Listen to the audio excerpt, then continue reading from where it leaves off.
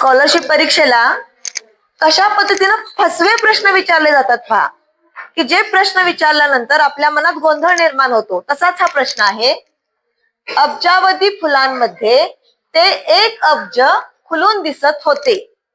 आता इथं अंडरलाईन केलेल्या शब्दाचा म्हणजे अधोरेखित शब्दाचा अर्थ काय आहे ह्यातला, की जो या वाक्यात येतो. 1 अब्ज खुलून दिसत होते.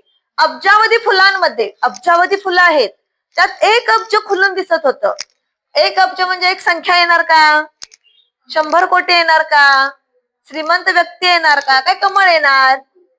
काय येणार बघायचं उत्तर जरा विचार करून सांगा. वैदेही सांग. अब्ज म्हणजे इथं अर्थ काय येणार? कमळ. अगदी बरोबर आहे, कमळ. का कमळ? तर बघा, अब्ज इथं संख्या येईल का? अब्जावधी फुलं आहेत, त्या फुलांमध्ये एक संख्या उठून दिसेल? नाही. 1 अब्ज म्हणजे 100 कोटी असा अर्थ दिलाय, तो पण चुकीचा अर्थ आहे. श्रीमंत व्यक्ती हा पण अर्थ इथं होत नाही. पण अब्जावधी फुलांमध्ये ते 1 अब्ज, अब्ज म्हणजे कमळ, अब्जावधी फुलं होती, पण त्यातलं 1 कमळ काय होतं? खुलून दिसत होतं. असा इथं अर्थ घ्यायचा आहे. त्यामुळे पर्याय क्रमांक काय येणार? 4. ओके.